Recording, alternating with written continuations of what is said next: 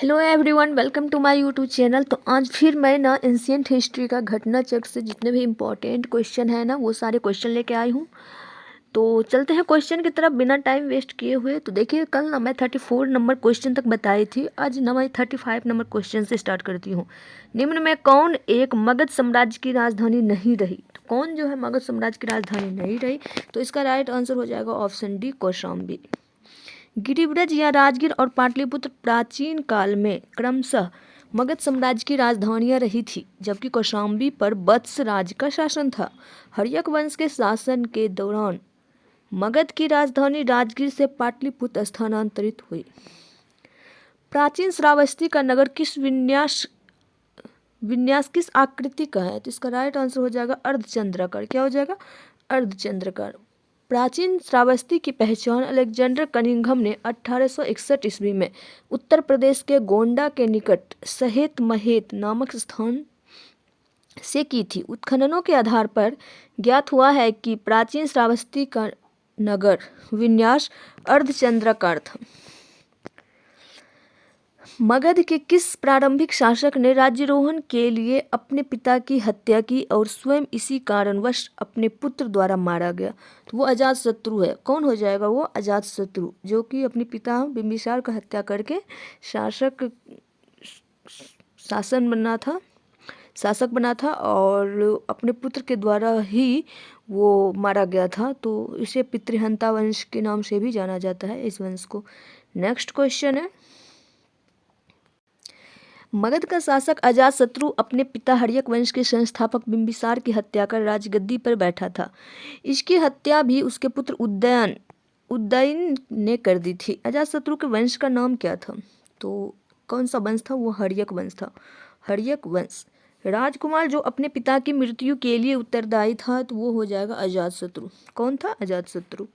किसने मगध साम्राज्य में वज्जी महासंघ को हराकर आत्मघात किया था? तो वो अजातशत्रु ही था। कौन था? अजातशत्रु। नेक्स्ट क्वेश्चन है, वैशाली वज्जी संघ का प्रमुख गणराज्य था। यहाँ के शासक लिच्छवी थे। बिंबिसार के समय से ही मगध और वज्जी संघ में मनमुटाव था, जो अजातशत्रु के समय संघर्ष में बदल गया। निर्यावली सूत्र से ज्ञात होता है कि उस समय लिच्छवीगण का प्रधान चेटक था। उसे 9 लिच्छवियों, 9 मल्लों और 18 गणराज्यों को एकत्र करके मगध नरेश के विरुद्ध एक सम्मिलित मोर्चा तैयार किया। भगवती सूत्र से ज्ञात होता है कि अजातशत्रु इन सब का विजेता था। अजातशत्रु ने कूटनीति से काम किया। पाटलीग्राम में उसने सुदृढ़ दुर्ग का निर्माण करवाया। तत्पश्चात उसने अपने मंत्री कार को भेजकर वज्जी संघ में फूट डलवा दी। फलस्वरूप वे परस्पर लड़ने लगे और उनका संगठन कमजोर हो गया। अंततोगत्वा अजातशत्रु ने आक्रमण करके लिच्छवियों को पराजित किया और उनका भूभाग मगध साम्राज्य में मिला लिया।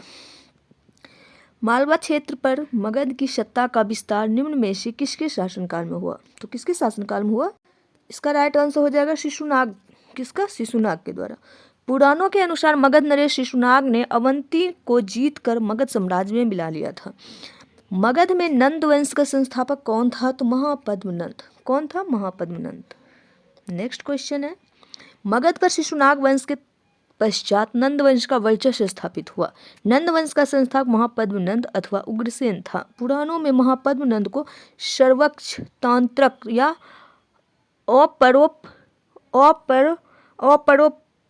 परशुराम कहा गया। परशुराम कहा गया। मगध को कौन सा सम्राट परशुराम के नाम से जाना जाता है? परशुराम के नाम से। तो किसको?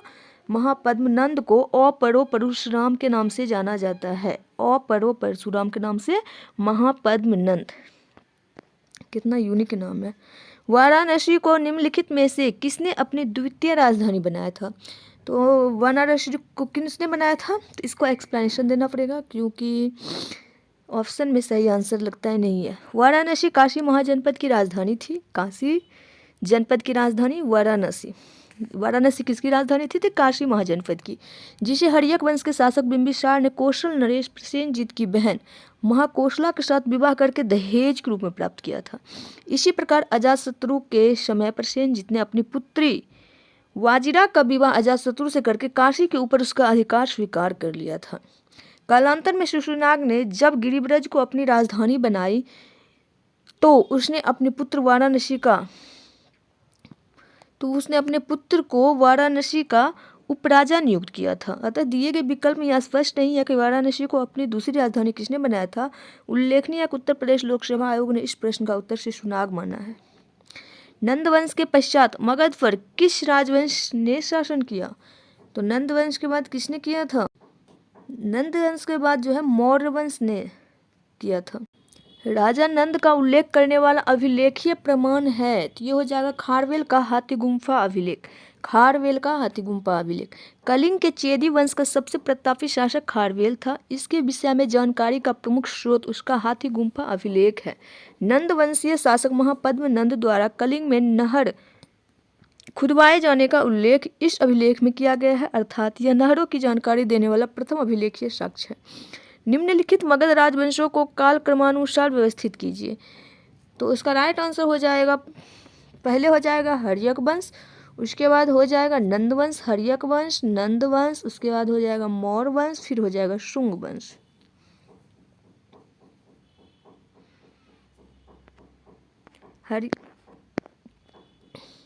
गौतम बुद्ध के समय का प्रसिद्ध वैद्य जीवक किसके दरबार से संबंधित था? किसके दरबार?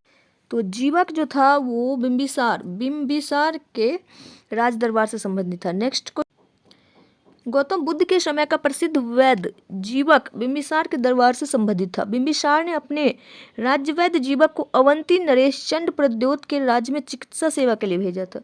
मगध शासक बिम्बिसार का चिकित्सक कौन था? मगध शासक बिम्बिसार का चिकित्सक कौन था? तो जीवक था, जो कि उनके दरबार का था चिकित्सक। निम्नलिखित कथन ए और बी को पढ़ें और नीचे दिए गए कूटों से सही उत्तर का चयन करें। विश्व के सभी भागों में ईस्वी पूर्व 6ठी शताब्दी एक महान धार्मिक उथल पुथल का काल था। वैदिक धर्म बहुत जटिल हो चुका था। इसका राइट आंसर ऑप्शन बी होगा। नेक्स्ट है कालपी नगर किस नदी के तट पर स्थित है? तो इसका राइट आंसर क्या हो जाएगा? यमुना नदी पर। नेक्स्ट क्वेश्चन है कालपी नगर उत्तर प्रदेश के जालौन जिले में स्थित एक नगर है। यह यमुना नदी के तट पर स्थित है। प्राचीन काल में यह कालप्रिया के नाम से विख्यात थी। समय के साथ नाम संक्षिप्त होकर कालपी हो गया। यह 4वीं सदी में राजा वसुदेव द्वारा बसाया गया था। सूची 1 तथा सूची 2 को सुमेलित कीजिए तथा नीचे दिए गए कूट से सही उत्तर चुनिए। तो उत्तर प्रदेश के प्राचीन जनपद और राजधानी कुरु, पांचाल, कौशल, वत्स। तो इसका राइट आंसर होगा बी। बाकी एक्सप्लेनेशन देखते हैं। कुरु इंद्रप्रस्थ, पांचाल अहिछत्र, कौशल हो जाएगा साकेत, वत्स कौशाम्बी।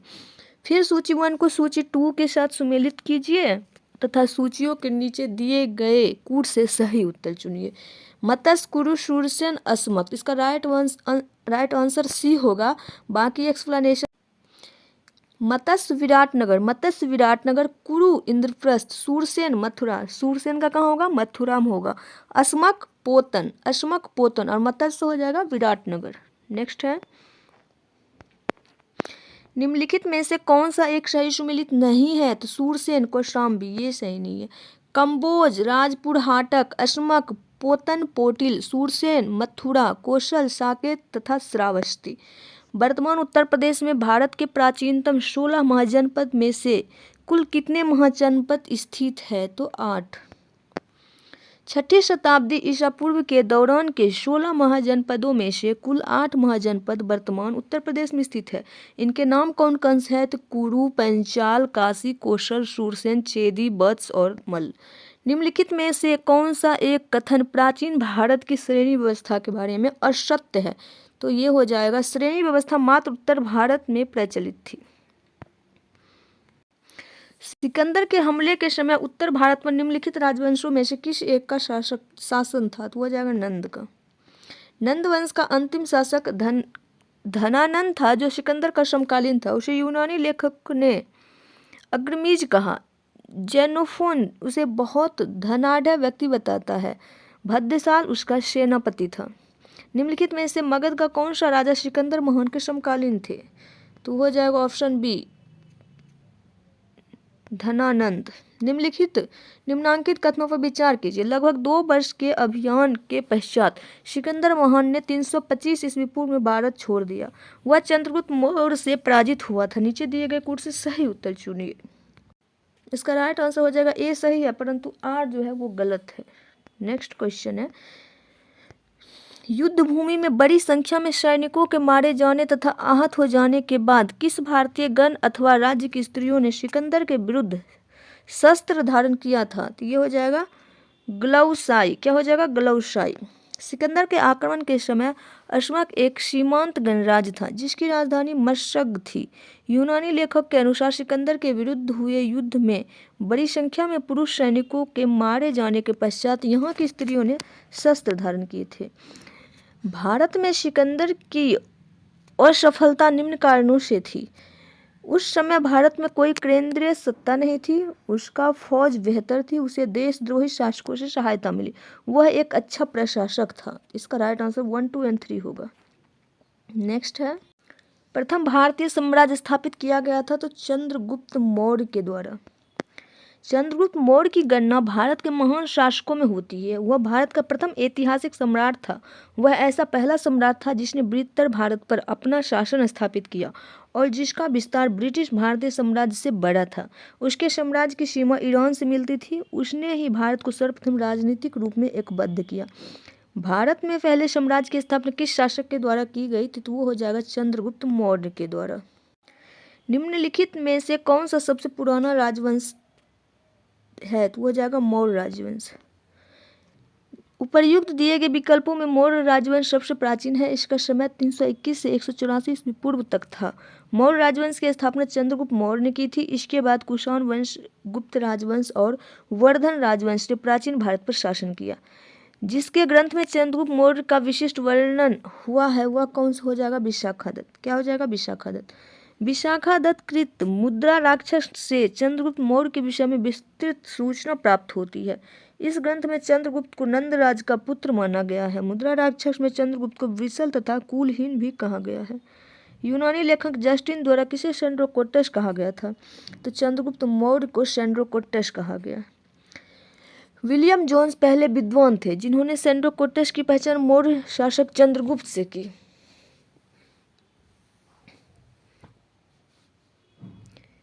एरियन तथा प्लूटार्क ने चंद्रगुप्त मौर्य को एंडोकोटस के रूप में वर्णित किया, जबकि जस्टिन ने सेंड्रोकोटस चंद्रगुप्त मौर्य और सिकंदर महान की भेंट का उल्लेख किया। सेंड्रोकोटस से चंद्रगुप्त मौर्य की पहचान किसने की थी? तो वो हो जाएगा ऑप्शन ए, विलियम जोन्स ने। किसने की थी? विलियम जोन्स ने। नेक्स्ट है, निम्न में से किसने सेंड्रोकोटस और सिकंदर महान की भेंट का उल्लेख है? जस्टिन।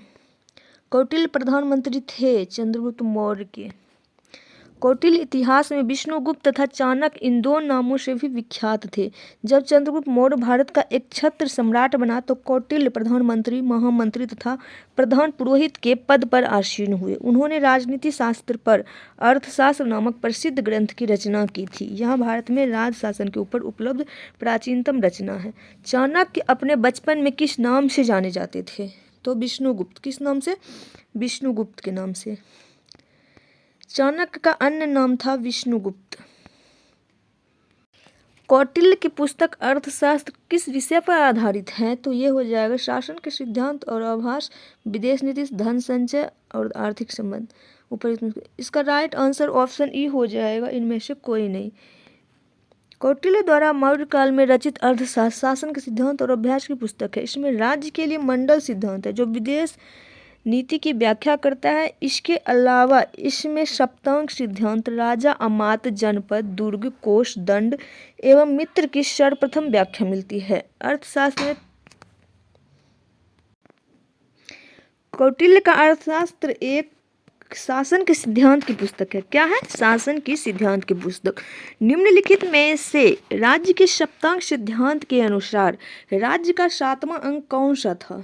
तो मित्र हो जाएगा। क्या हो जाएगा? मित्र। कौटिल्य के अर्थशास्त्र में किस पहलू पर प्रकाश डाला गया है? तो वो राजनीतिक नीतियां पे। क्या पे? राजनीतिक नीतियां।